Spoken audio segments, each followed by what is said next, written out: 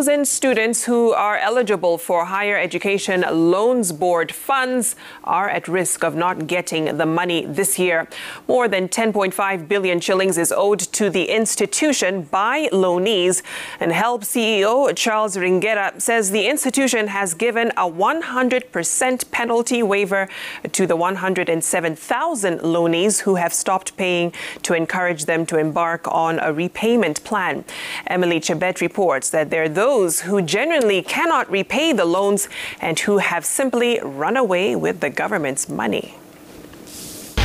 Due to the COVID-19 pandemic, Kenya, like any other countries, has experienced a slowing down of the economy over the last 2 years.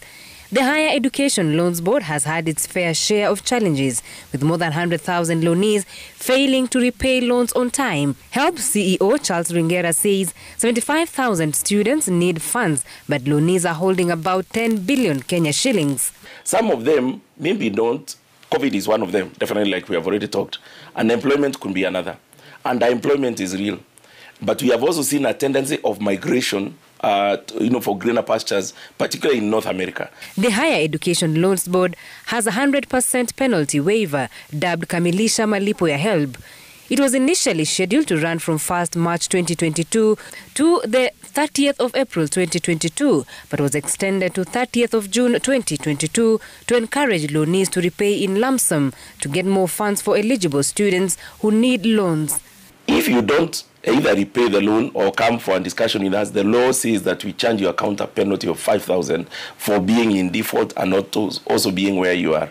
That penalty is the one that is a little bit punitive, and it's the one, but the intention of the penalty is actually to make sure that you're in discussion with us. Runaway HELB loanees are common, but there are genuine cases of inability to pay.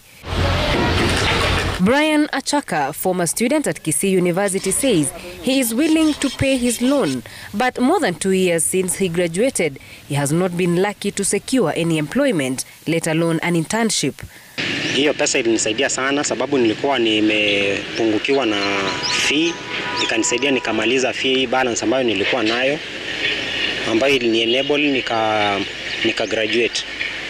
So kwa saizi niko nje na naendelea kutafuta at least mahali naweza fanya internship.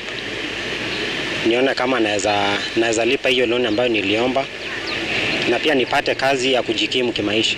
In 2020, Brian had opened an eatery business near the school, but when COVID-19 happened, he was forced to shut. He is currently living hand to mouth. Nilikuwa nimepanga at least isifike 2022 kama sijamaliza hiyo loan, azini hiyo biashara ingekuwa imeendelea tu venye nilikuwa nimeplania. Nikarudi chini kabisa. Hadi sasa hii pesa yenye mtu natafuta ni ya zile basic needs. If you are not able to service your account, you are supposed to come and discuss with our financial consultant, because we have a whole team of about 60 people who are financial consultants in terms of advising our loanees on how to be able to manage their debt. According to the institution, though, there are those who have decided not to pay the loan despite having stable income. We compare a lot of data now, we share a lot of data now with KRA and TSA, NHIF. And when you look at these other body corporates, you can see the guy is actually making some meaningful economic activity, but he is not repaying HELB. Those are the ones that we are moving forward, just like the Act requires that we prosecute them so that they can be able to pay government money. And that is found on our Section 23 of our HELB Act. Emily Chebet, Citizen TV.